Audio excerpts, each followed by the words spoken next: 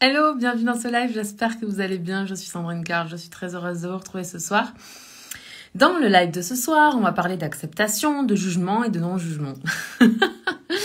Je me suis lancée dans un sujet... Bon, voyons où ça va nous mener.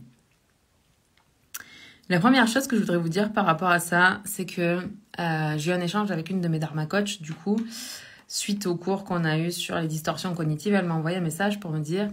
Mais Sandrine, quelle est la différence finalement entre les conditionnements, les croyances, les distorsions cognitives et les zones d'ombre? Puis j'ai expliqué tout ça et elle me disait en fait, ces cours-là, ce cours finalement, le dernier qu'on a eu, m'a perturbée parce qu'en fait je me dis, mais si tout dans notre comportement est croyances, distorsions cognitives, zone d'ombre, message contraignant, en fait, comment savoir qui on est et ce qu'on veut vraiment, puisqu'en fait on fonctionne en pilotage automatique par rapport à nos croyances, nos distorsions et nos conditionnements et nos zones d'ombre.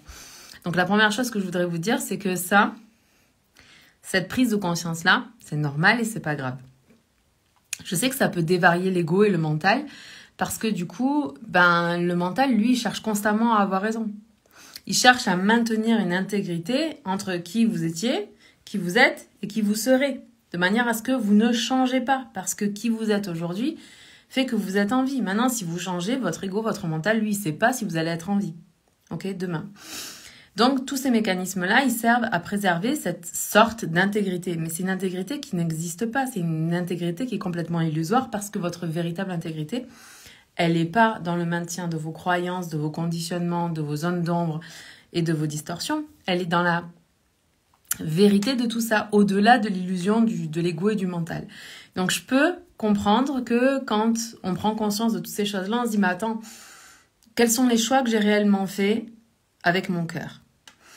Puis, les choix que vous faites réellement avec votre cœur, c'est les choix qui vous font ressentir de la joie.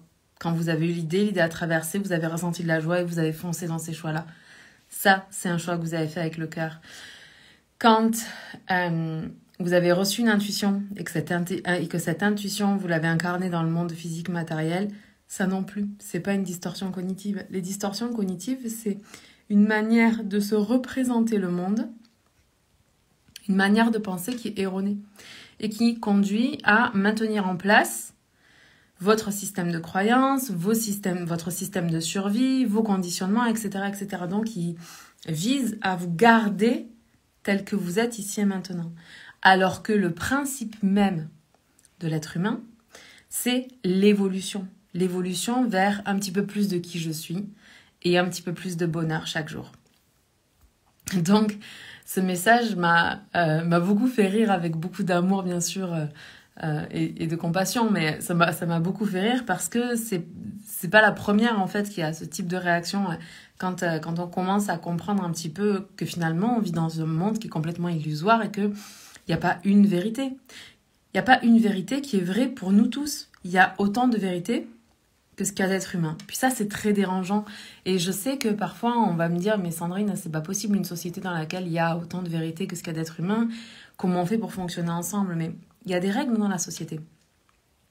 Il y a des règles de bienséance, il y a des règles morales, il y a des lois, il y a des choses comme ça qui sont là pour maintenir l'intégrité d'une société. Et c'est pas parce qu'on n'a pas la même représentation mentale que quelqu'un d'autre dans notre société que ça signifie qu'on ne peut pas respecter les règles de bienséance et de bien vivre ensemble. C'est juste que la manière de se représenter les choses, on peut vivre ça avec plus de légèreté, on peut vivre ça avec plus de liberté aussi. C'est-à-dire que quand on se soumet aux représentations mentales qui sont dictées par la société, par nos conditionnements, par nos croyances limitantes, par nos zones d'ombre, le truc qu'on s'interdit d'être ou de faire parce qu'on croit qu'on ne serait pas quelqu'un de bien si on s'autorisait ces choses-là. Dans vos zones d'ombre, il n'y a pas le fait d'aller tuer des petits-enfants. Hein. Ça, c'est une pathologie. Hein. C'est quelqu'un qui va vraiment pas bien dans sa tête. Hein. Pour la plupart des êtres humains, on va dire qu'ils sont normaux. Je mets des guillemets parce que ça se dit pas. Un être humain qui est normal, je veux dire un être humain sans pathologie. Ok ? Sans pathologie mentale, sans déviance également. Donc, on n'a pas dans nos zones d'ombre le désir de faire du mal à notre être humain. L'être humain, il est naturellement altruiste. Les études en psychologie positive, elles montrent que un être humain, avant d'être conditionné par la peur, il est naturellement altruiste. C'est-à-dire que, mais je crois que je vous ai déjà raconté cette histoire-là, mais au cas où vous ne l'auriez pas entendu, vous mettez dans une pièce un jeune enfant, je crois, avant 5 ans, quelque chose comme ça, avec un adulte qui est comment on appelle, un scientifique, enfin, quelqu'un qui a un... Purée, ça, non, mais je ne me rappelle plus le terme.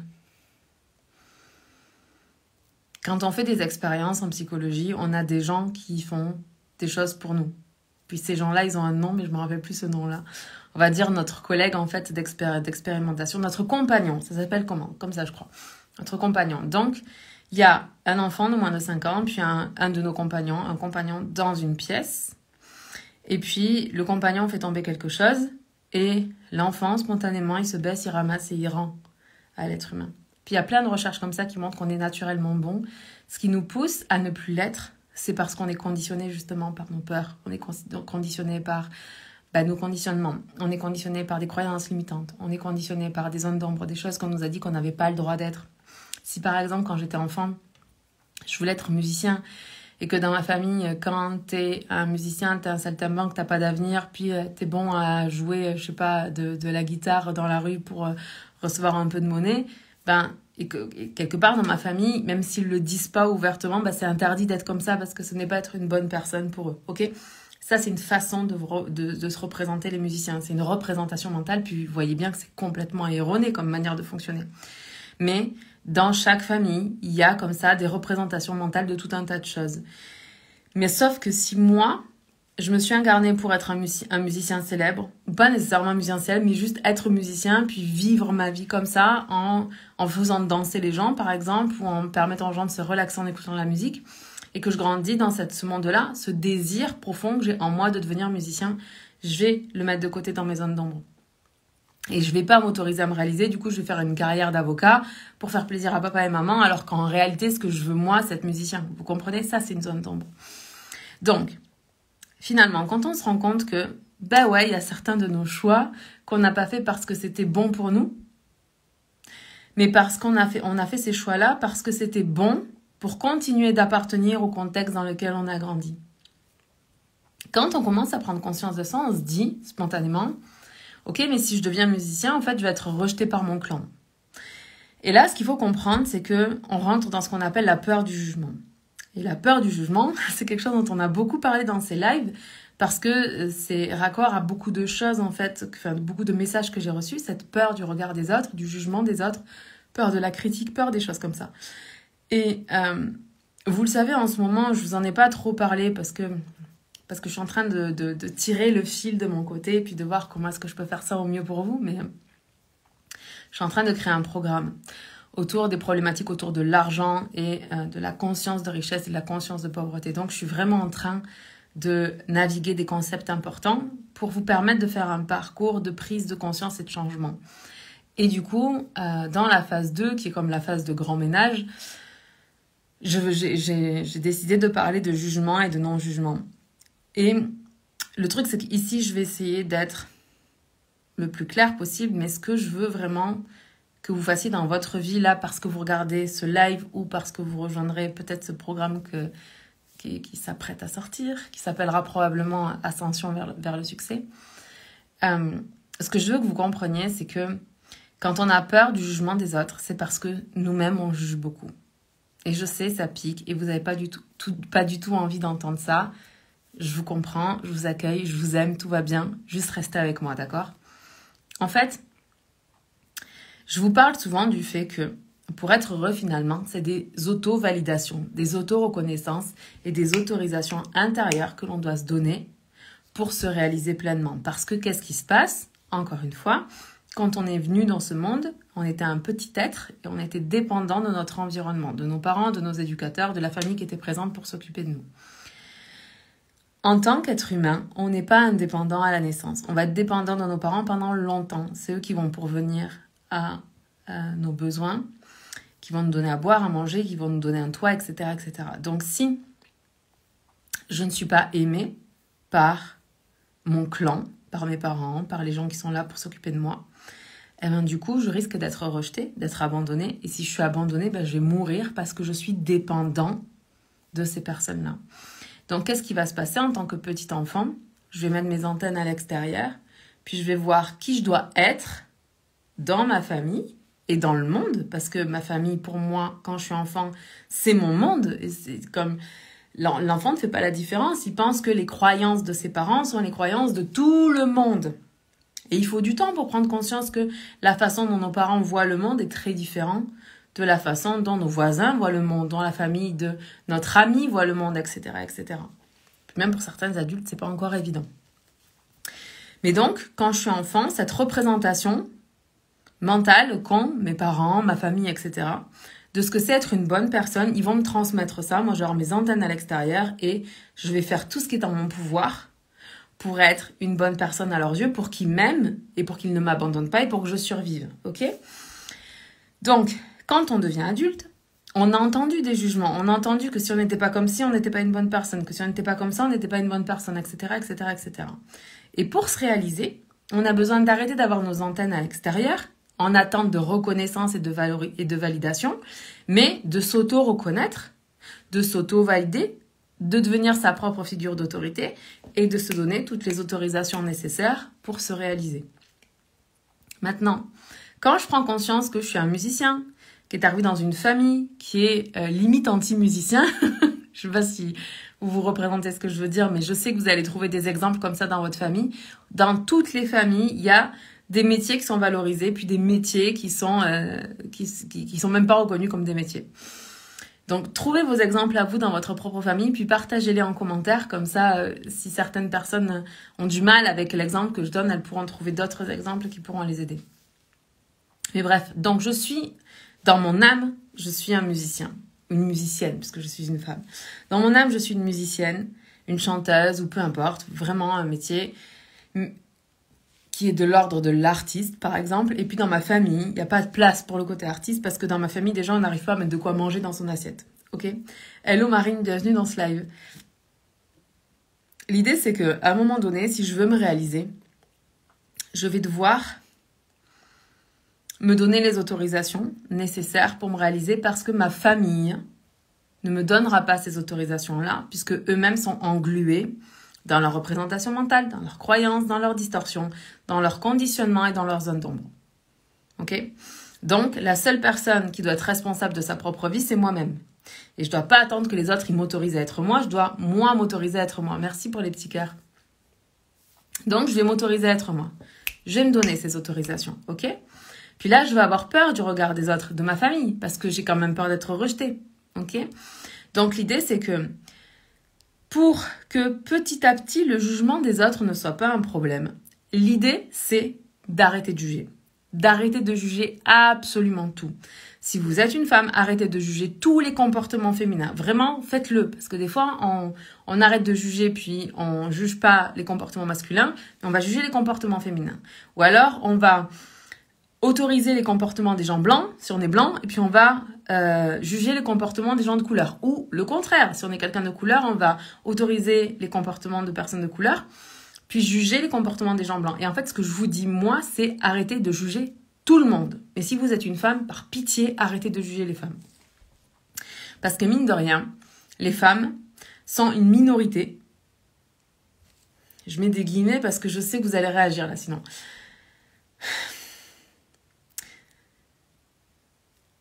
Dans la société patriarcale dans laquelle on vit, le stéréotype, c'est l'homme blanc de 40 ans qui a une carrière, qui est papa, qui a des enfants. Ça, c'est le stéréotype. Et tout ce qui n'est pas comme ça est une minorité. Ça veut dire que si je suis une femme, je suis une minorité. Si je suis black, je suis une minorité. Si je suis arabe, je suis une minorité. Si je suis chinois, je suis une minorité. Si je suis gay, je suis une minorité. Si je suis lesbienne, je suis une minorité. Si je suis trans, je suis une minorité. Alors, je crois qu'on ne dit plus trans, je crois qu'on dit un autre mot. Mais je ne me rappelle plus, si vous le connaissez. Mais vous voyez ce que je veux dire en fait. Donc, si vous voulez arrêter d'avoir peur du jugement des autres, le secret, mais le truc qui change absolument tout dans votre vie. Et je vous assure que moi, quand j'ai commencé à pratiquer ça, c'était en 2009. J'étais pas déjà quelqu'un qui jugeait beaucoup. Ça a jamais été mon délire de me mettre à une terrasse de café pour critiquer les gens qui passent. Jamais. Moi, je me mettais à une terrasse de café quand j'étais ado, collège, lycée, tout ça. J'adorais aller... il y avait un café je crois que ça s'appelait l'Esplanade, dans le village dans lequel j'ai grandi. Et comment il s'appelait ce café? Je crois que c'était le Négociant. Bref, j'adorais aller là-bas et faire mes devoirs dans ce café-là. Et du coup, j'adorais y aller et regarder les gens. J'étais toujours depuis toujours, je suis très sensible aux gens. J'aime regarder les gens. J'aime regarder les gens bouger. J'aime regarder comment les gens s'habillent, comment les gens parlent, comment ils se tiennent. J'ai toujours été fascinée par l'être humain et ce depuis que je suis vraiment petite là. Tellement que quand ma conseillère d'orientation m'a demandé qu'est-ce que je voulais faire, donc j'étais au collège, elle m'a demandé qu'est-ce que je voulais faire. Non, c'était au lycée. Au lycée, elle m'a demandé qu'est-ce que je voulais faire, parce que je revois le CDI. Elle m'a demandé qu'est-ce que je voulais faire dans la vie. Je lui ai dit que j'en savais rien, mais qu'une chose est sûre, c'est que ce que j'aimais, c'était m'asseoir à un café et regarder les gens. Puis elle m'a dit, Sandrine, ça, c'est pas un métier. Et du coup, elle m'a fait faire des tests. Elle a vu que j'étais douée en sciences et elle m'a envoyée en physique-chimie. Ça me fait rire parce que, in fine, après la physique-chimie, j'ai fait des études de psycho et finalement, observer les gens, c'est vraiment ce qu'on fait en psycho. C'est observer le langage verbal, le langage non verbal, les mimiques, observer les soupirs, observer tout ce qui se passe en fait, qui est pas nécessairement du langage verbal. Donc, comme quoi, j'étais déjà bien, je savais déjà en fait ce qui me plairait. Je me recentre et je reviens. Donc, j'ai jamais été nécessairement quelqu'un qui jugeait beaucoup, mais par contre, dans ma famille, les gens jugeaient beaucoup, mais genre vraiment beaucoup, beaucoup, beaucoup, beaucoup. Et je crois qu'ils en ont même pas conscience, hein. Mais vraiment, c'est un truc de fou. C'est incroyable, quoi. Mais j'observe que c'est pas seulement dans ma famille, hein. Dans ma belle famille aussi, il y a certaines personnes qui sont... je pense à une personne qui est vraiment dans le jugement.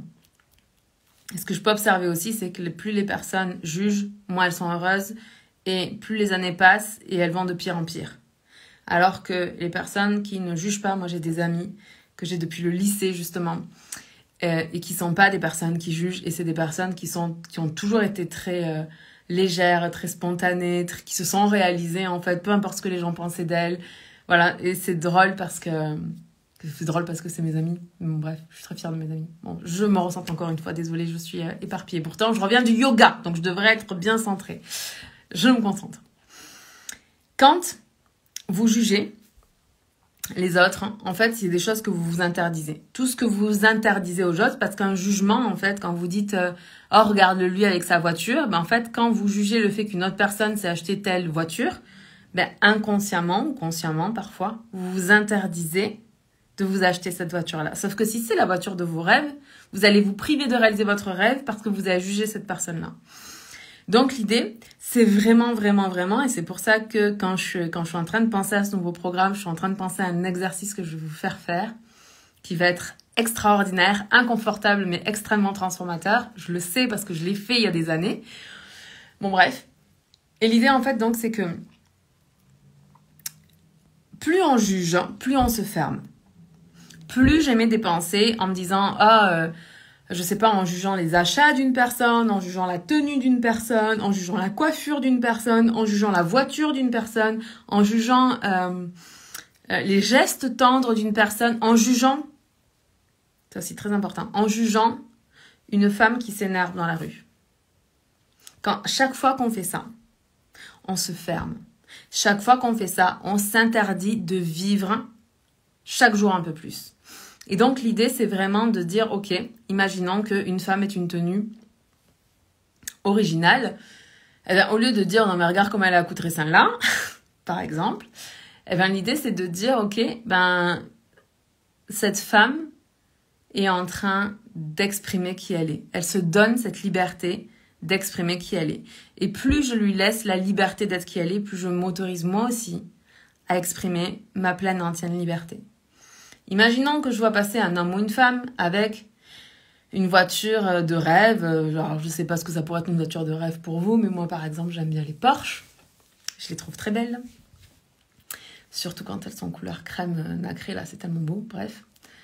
Imaginons que je vois passer du coup une femme ou un homme conduisant une Porsche et que je me dise « Ah, regarde-le comme il se la pète celui-là ou comme elle se la pète celle-là dans sa voiture. » L'idée, c'est de dire « Ok, probablement que cette personne-là, elle a travaillé pour réaliser ce rêve-là. Probablement que c'était un de ses rêves et félicitations à elle d'avoir réalisé son rêve. » Et à ce moment-là, je vais me dire « Ok, plus j'autorise cette personne à avoir réalisé son rêve, quel qu'il soit, même si c'est un rêve qui ne vous correspond pas. » Tout à l'heure, en allant au yoga, il y a un jeune qui nous a doublé. Alors, je suppose que c'est un jeune, et ça aussi, attention, parce que j'en sais rien. Mais je suppose que c'est un jeune parce que, vous savez, il avait une voiture tunée qui fait beaucoup de bruit, là, avec des lumières de partout, etc., etc. Et il est passé, et je me suis dit ça, la première réaction, ça a été... Il a une voiture tunée, du coup, ça fait un bruit fou. Du coup, ça m'a fait réagir. Puis je me suis dit, mais en même temps, s'il a cette voiture-là, c'est que c'est probablement un de ses rêves de conduire une voiture comme ça.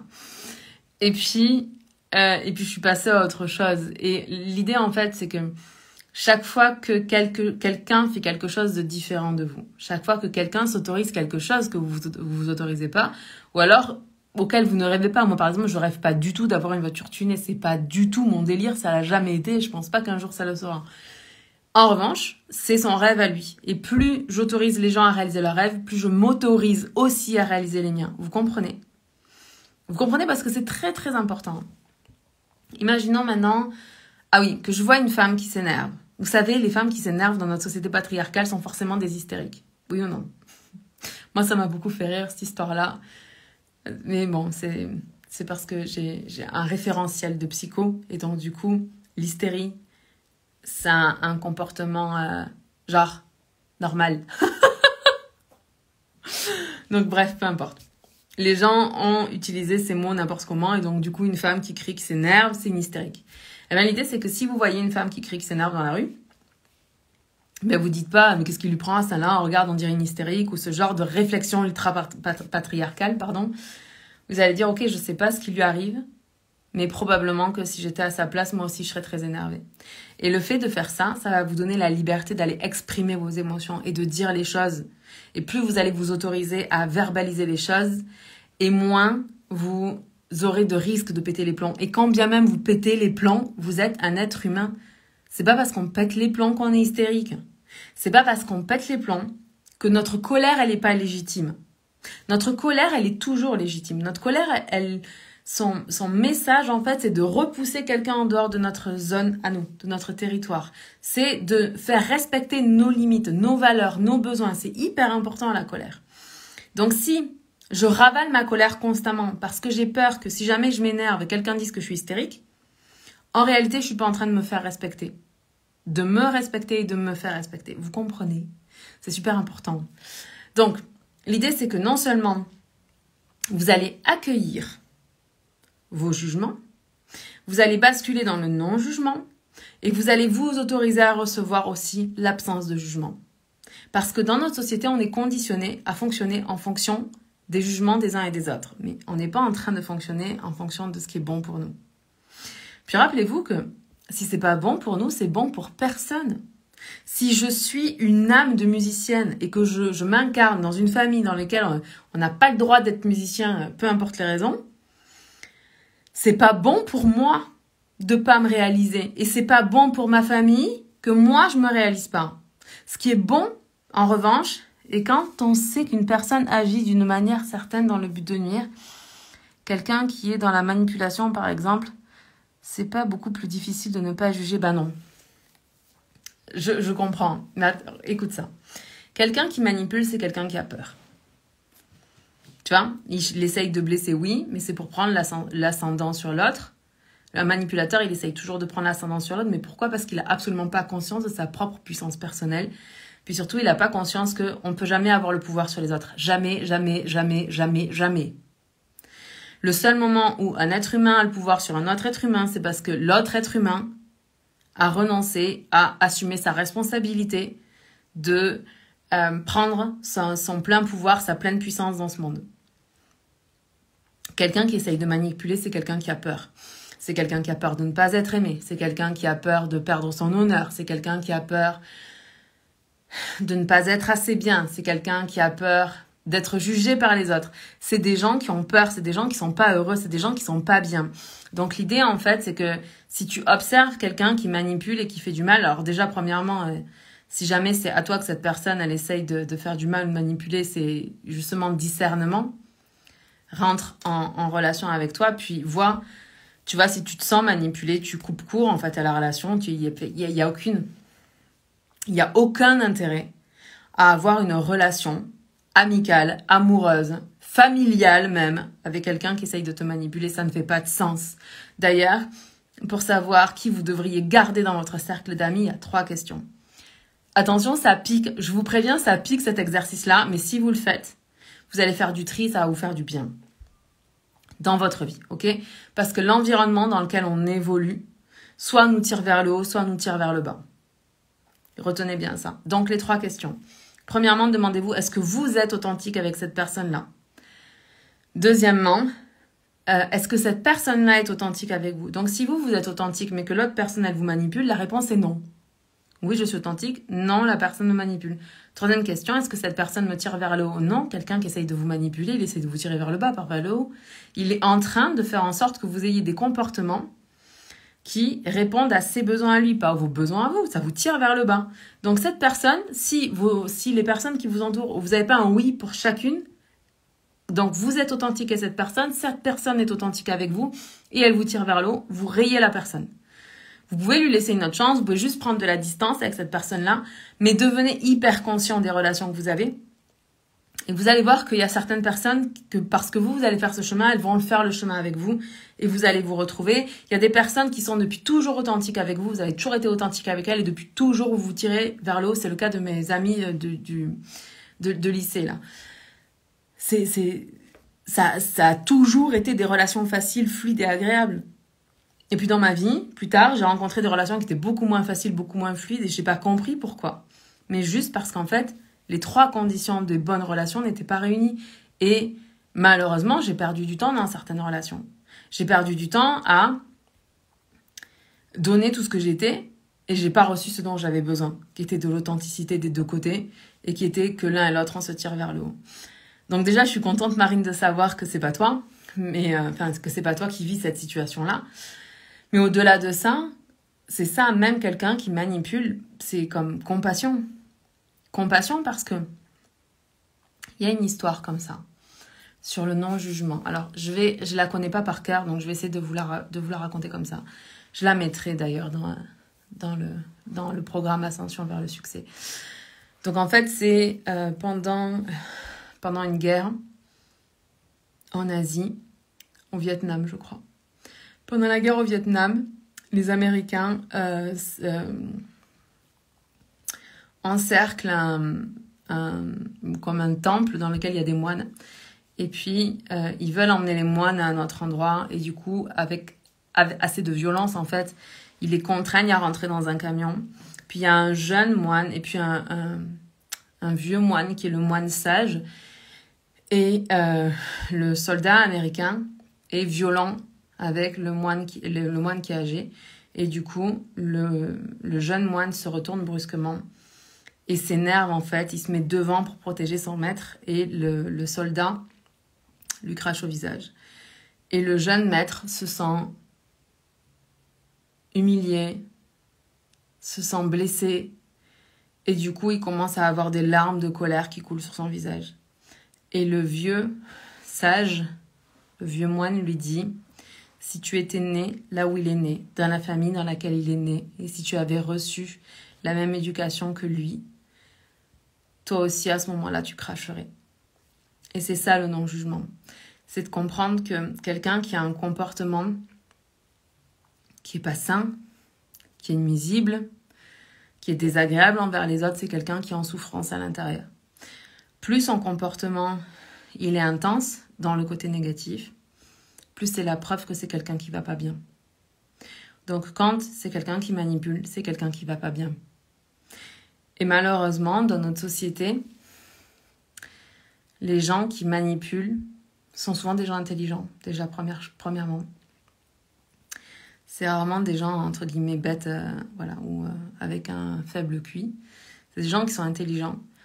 et qui ont survalorisé leur intelligence intellectuelle au profit de leur intelligence émotionnelle. Ce qui fait que peu importe à quel point ils sont intelligents, la vérité c'est qu'ils sont intelligents à seulement 50% de leur potentiel.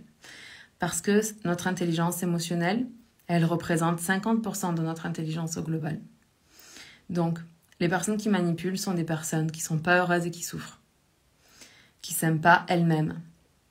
Parce que quand on s'aime soi-même, on aime les autres. Quand on s'aime soi-même, on se manipule pas soi-même. Et du coup, ça ne nous viendrait jamais à l'idée d'aller manipuler les autres. Jamais.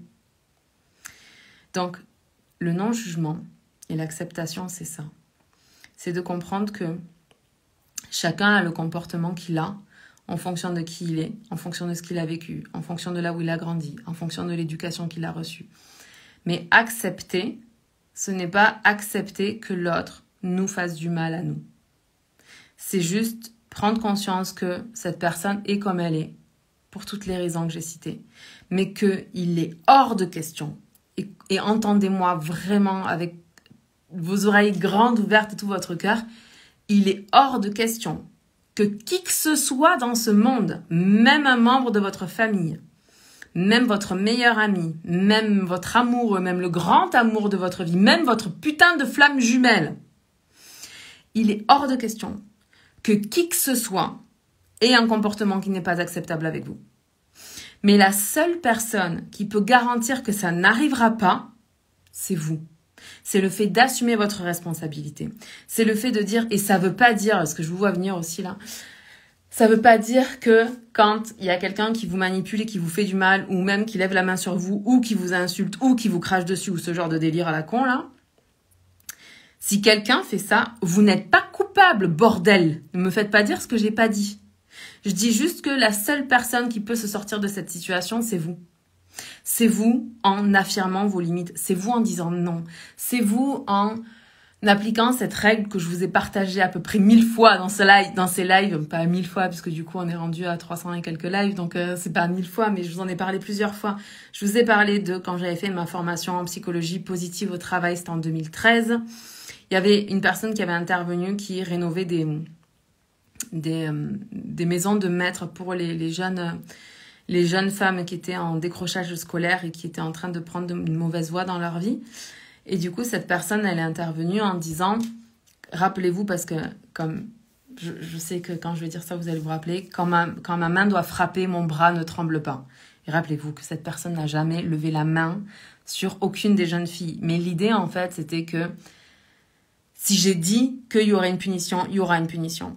Et du coup, la règle, c'est que vous rencontrez quelqu'un, vous partez du principe que tous les deux, vous respectez l'intégrité de l'autre, que tous les deux, vous allez faire en sorte d'avoir des bons comportements l'un par rapport à l'autre. Puis vous vous rendez compte qu'il y en a un qui prend le dessus, puis qui essaye de vous manipuler, qui vous parle mal, qui a des gestes un peu violents avec vous, un comportement qui n'est pas acceptable. Votre rôle, c'est de vous remettre ici et de lui dire « ça, c'est pas acceptable avec moi. Si tu recommences, on se parle plus, on se voit plus, tu n'es plus mon ami, je ne viendrai plus au repas de famille, etc. etc. » C'est vous qui posez vos limites, c'est vous qui les faites respecter. Si cette personne, elle vous aime et qu'elle se rend compte qu'elle a déconné, on fait tous des erreurs, là, ça nous arrive à tous de s'énerver, de lever la voix, même envers des personnes que l'on aime, parce que nos valeurs n'ont pas été respectées, nos limites n'ont pas été respectées, nos besoins n'ont pas été respectés, donc ça nous arrive à tous. Mais à un moment donné, quand on redescend, on est capable de s'excuser d'avoir levé la voix, mais on va aussi verbaliser quelle est la limite qu'il ne fallait pas franchir avec nous. Donc là, la personne, elle comprend et vous pouvez continuer cette relation comme ça. Mais si la personne, elle recommence une deuxième fois, votre rôle, c'est de dire, si tu recommences, voilà ce qui va se passer. Elle recommence une troisième fois. Je crois que c'est même pas avant la troisième fois, c'est la deuxième fois, une fois que vous avez posé la règle. Avec moi, tu ne te comportes pas de cette manière-là. Si tu recommences, il n'y aura plus de relation. Si la personne, elle recommence, quand votre main doit frapper, votre bras ne tremble pas. Vous dites à la personne, je t'avais dit que si tu recommençais, c'était fini. C'est fini. C'est fini. Peu importe que ce soit votre flamme jumelle, peu importe que le grand amour de votre vie, peu importe que ce soit votre meilleur ami, c'est fini. Parce que le problème dans les comportements, c'est qu'une personne va se comporter une fois, une première fois, elle va se dire, ok, c'est un hasard. Deuxième fois, c'est une coïncidence. Mais troisième fois, c'est une loi. C'est un mode de fonctionnement. Et si vous acceptez le fonctionnement inacceptable d'une personne dans votre vie, c'est votre responsabilité. Et j'entends que pour certains d'entre vous, ça va être dur d'entendre ça. Mais le truc, c'est que la raison pour laquelle c'est dur, c'est parce que vous vous aimez pas assez aujourd'hui pour faire respecter votre valeur dans ce monde, la personne extraordinaire que vous êtes, et de faire savoir aux gens cette personne extraordinaire que vous êtes. Puis être une personne extraordinaire, reconnaître sa valeur, ça veut pas dire que vous êtes meilleur que les autres. Ça veut juste dire que vous reconnaissez votre valeur et vous reconnaissez la valeur à tous les autres êtres humains de cette planète d'être qui ils sont et d'avoir le droit d'exprimer pleinement qui ils sont dans ce monde, mais pas avec vous. Si le comportement d'une personne, c'est pas acceptable pour vous, ben elle est juste pas dans votre vie, cette personne-là. Et ce qui fait que vous allez vous soumettre à un comportement qui est pas acceptable, c'est parce que vous vous aimez pas assez. C'est parce que vous avez peur d'être abandonné, vous avez peur d'être rejeté, parce que vous avez encore des blessures, mais par pitié, travaillez sur vos blessures et laissez les gens qui sont nuisibles et nocifs pour vous faire leur vie ailleurs de vous. Vous n'avez pas de temps à perdre dans ces relations-là, je vous le dis, avec beaucoup d'amour et beaucoup de respect, mais ne perdez pas votre temps dans des relations qui sont dysfonctionnelles et qui vous font du mal, parce que le seul et unique but de notre vie d'être humain, c'est d'être heureux, de nous réaliser, de contribuer, de grandir. Basta. Ok ? On n'est pas là pour sauver tout le monde. On n'est pas là pour accepter des choses qui ne sont pas acceptables. S'il y a des gens qui continuent de mal se comporter, des hommes qui se comportent mal avec les femmes, des gens qui manipulent d'autres femmes, des femmes qui insultent d'autres femmes, c'est parce qu'il y a beaucoup de gens qui acceptent.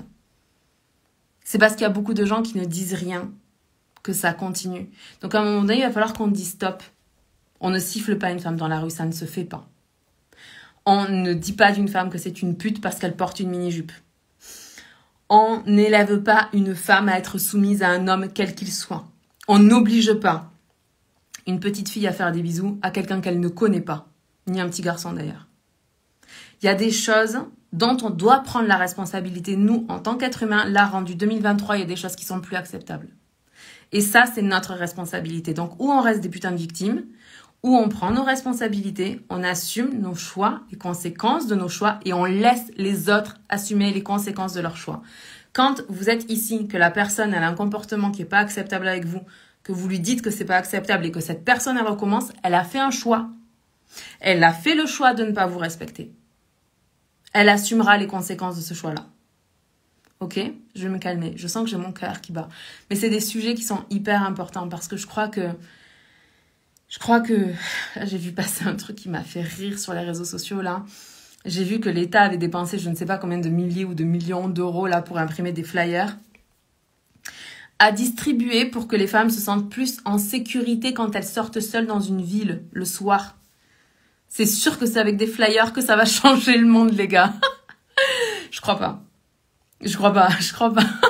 Pardon. Bon, c'est un premier geste, c'est cool, mais c'est du foutage de gueule, putain. Désolée pour ça. C'est du foutage de gueule. Si vous voulez que les mecs, ils arrêtent de se comporter, que les hommes arrêtent de se comporter comme des bêtes sauvages, qui savent pas se tenir, qui ne savent pas gérer leur frustration, il va falloir les éduquer, ces hommes-là. Il va falloir leur expliquer. Il va falloir expliquer quand ils sont petits. Donc, c'est pas en distribuant des flyers que ça va changer. Puis, il va falloir apprendre aux femmes qu'elles sont grandes, elles sont belles, elles sont puissantes et qu'elles peuvent se défendre et qu'il y a jamais aucun homme qui doit exiger quoi que ce soit d'elles. Parce qu'elles sont libres, putain. Ah, je me calme. Pardon. Mais au moins, comme ça, vous savez le fond de ma pensée, puis c'est ok. C'est notre responsabilité. C'est notre responsabilité en tant que femme de faire respecter tous les êtres humains. J'allais dire de faire respecter les femmes, mais c'est de faire respecter tous les êtres humains, peu importe l'âge qu'ils ont. Quand je vois qu'il y a des personnes âgées qui n'osent pas sortir parce qu'elles ont peur que quelqu'un les agresse ou autre, c'est la même chose. C'est la même chose. En fait, de manière générale, alors je sais plus dans quoi j'avais lu ça. Si vous avez la référence, n'hésitez pas à la partager, mais c'est quelque chose qui disait qu'en fait, quand tu as un certain niveau de... Alors, c'est pas un niveau, genre les uns sont meilleurs que les autres, c'est pas ça que je dis, mais quand tu as une certaine force intérieure, tu te dois de protéger ceux qui sont peut-être pas encore capables de se défendre eux-mêmes, de se protéger eux-mêmes. Donc ça veut dire qu'un homme protège une femme protège une autre femme, une femme protège des enfants, une femme protège des animaux. C'est hyper important de comprendre ça. On doit toujours protéger les plus, entre guillemets, faibles que nous, jusqu'à ce qu'ils comprennent qu'ils ne sont pas plus faibles que nous. Okay. Notre rôle, c'est pas de les sauver, c'est juste de les protéger. C'est juste de dire à ceux qui pensent qu'ils ont l'ascendant sur qui que ce soit dans ce monde, gars, tu te trompes là. T'es juste un grain de sable dans l'univers, tout comme je suis un grain de sable, mais il est hors de question que tu fasses du mal à un autre grain de sable. Ça, c'est interdit. Okay. Et je pense que quand on était enfant, à moins d'avoir eu des parents qui étaient psychopathes, qui étaient vraiment pas sains dans leur tête, on nous a appris le respect de l'autre. On nous a appris à dire bonjour, merci, au revoir. On nous a appris qu'on ne devait pas pousser les gens. On nous a appris qu'on ne devait pas faire du mal. On nous l'a appris. Après, la manière dont on a grandi, c'est des choix qu'on a fait, on doit en assumer les conséquences. Terminé. Donc, je pensais pas du tout qu'on allait partir en live dans ce live, mais c'est ok. Ce que je voulais vous dire avec ça, c'est pitié, arrêtez. Arrêtez de penser que c'est la faute de l'autre. Arrêtez de laisser les gens mal vous parler, de laisser les gens vous manipuler. Les valeurs ont tendance à s'inverser, malheureusement. Non. Les valeurs, c'est les valeurs. C'est pas qu'elles ont tendance à s'inverser, c'est qu'il y a beaucoup de gens qui sont laxistes avec ça. C'est juste que la redistribution des pouvoirs médiatiques a été extraordinaire. Ça a permis à beaucoup de personnes d'avoir leur espace pour partager leurs messages. Regardez, moi là, je peux faire un live aujourd'hui parce qu'il y a eu redistribution du pouvoir médiatique par les réseaux sociaux. Le problème, c'est que par les réseaux sociaux aussi, il y a quand même la médiocrité qui est partagée à mort. Et ça, c'est un vrai problème. Mais ça, c'est encore une fois notre responsabilité de ne pas accepter la médiocrité. De ne pas accepter le manque de respect. Comme... Moi, je reçois des commentaires, des fois, d'hommes qui pensent que... je sais pas. Qu'en tant que femme, on a moins de valeur qu'eux ou des choses comme ça. Puis moi, ça... C'est comme j'ai l'impression qu'on vit, que cette personne vient de l'âge de pierre.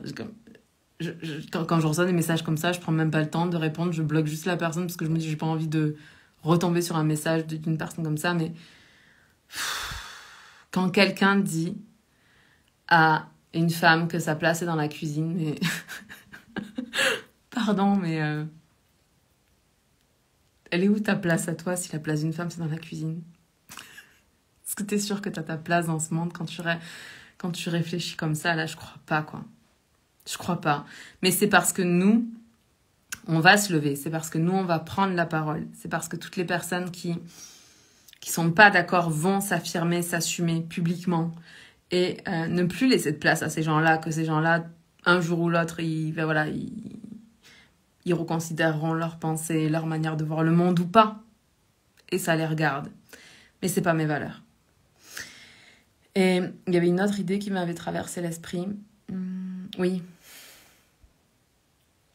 Je viens de donner l'exemple de la place d'une femme, c'est dans la cuisine. Lol. Si vous saviez, dans notre maison, avec mon chéri, c'est lui qui passe plus de temps en cuisine que moi. Puis ça veut pas dire que c'est une gonzesse. Oh putain. Pas du tout. Ceux qui l'ont rencontré, je veux dire, Seb, c'est... Ce que j'aime chez mon chéri, c'est que c'est un homme et qu'il a besoin de prouver à personne que ça en est un parce qu'il sait parfaitement que c'est un homme, quoi. Donc du coup, naturellement, il va protéger la veuve et l'orphelin, là. Et puis surtout, en fait, il se réjouit de combler sa femme et les siens, quoi. Et pour moi, c'est ça un homme, voilà. C'est dit, je suis émue. L'autre truc que je voulais vous dire, c'est que je trouve inacceptable qu'on dise à une femme que sa place est dans la cuisine. Mais c'est tout aussi inacceptable quand une femme, elle se réalise qu'elle réussit, qu'elle fait des scènes à l'international, de lui demander où sont ses enfants. Ça m'est pas arrivé à moi parce que je suis pas maman encore. J'ai pas d'enfant, mais il y a une conférencière canadienne qui a une carrière aux États-Unis extraordinaire, qui fait des conférences vraiment partout, sur des grandes stages avec des hommes. Très souvent, c'est la seule femme. Et en fait, il y a par exemple 10 conférenciers genre dans la journée qui passent. Peut-être pas 10, ça fait beaucoup. On va dire 10 dans le week-end qui passent. Sur les 10, c'est la seule femme. Et les gens disent, si la place de la femme, c'est dans la cuisine, à ce compte-là, la place de l'homme, c'est à la chasse au gibier pour nourrir sa famille, j'imagine. Ah, putain, mais lol. Ouais, n'importe quoi, on est d'accord. Bref, donc je reprends cet exemple parce que c'est très important, ça me tient à cœur. Et je vais conclure là-dessus parce que je suis fatiguée, qu'il faut que j'aille me coucher et que je pense que je me suis suffisamment enflammée dans ce live. Bref, donc si on dit à une femme, si un homme se permet de dire à une femme que sa place c'est dans la cuisine, et que donc du coup je vous parlais de une Canadienne, je crois qu'elle est canadienne, hein, une Canadienne qui a une carrière aux États-Unis, qui fait beaucoup de scènes, voilà, et qu'elle intervient sur des grosses scènes avec des hommes principalement, puis c'est la seule femme. Et puis les gens viennent la voir, parfois même les femmes vont la voir à la fin de comment on appelle encore, de ces conférences pour lui dire et ils sont où vos enfants? Ben, est-ce que ces femmes-là ont posé la question aux hommes de savoir où sont leurs enfants? Pourquoi est-ce qu'une femme qui se réalise, la question qu'on lui pose c'est où sont tes enfants? Ben, et la réponse qu'elle leur donne c'est ben, mes enfants sont avec leur papa. Des enfants sont comme les enfants ont un père, une mère, et si la mère elle est en train de se réaliser, elle est invitée sur une scène et qu'elle va faire une conférence et que c'est son métier, c'est normal que ce soit le papa qui s'en occupe. Tout comme ça serait absolument normal que si le papa il avait une conférence, la maman s'occupe des enfants. C'est pas une question de sexe, et puis merci l'ère du Verseau. Mais il y a des gens qui fonctionnent encore comme je vous disais à l'époque de Cro-Magnon, quoi. Mais ça, c'est aussi notre responsabilité. C'est-à-dire que quand on entend notre mère, notre grand-mère, notre cousine, notre copine faire une réflexion comme ça, mais ils sont où ces enfants? Ben, c'est peut-être à nous aussi de recadrer les choses, quoi. Parce que ce jugement-là que ces femmes ont vers une femme qui se réalise, c'est un jugement qui empêche beaucoup de femmes de se réaliser. C'est pour ça que je vous disais que c'est notre responsabilité. Ok, je vais vous laisser là ce soir. Parce que je vois qu'il y a mon chéri qui s'est connecté, ça veut dire qu'il en a marre de m'attendre. Donc je vais aller le rejoindre. Je vous aime, je vous embrasse. On se parle demain. Ciao.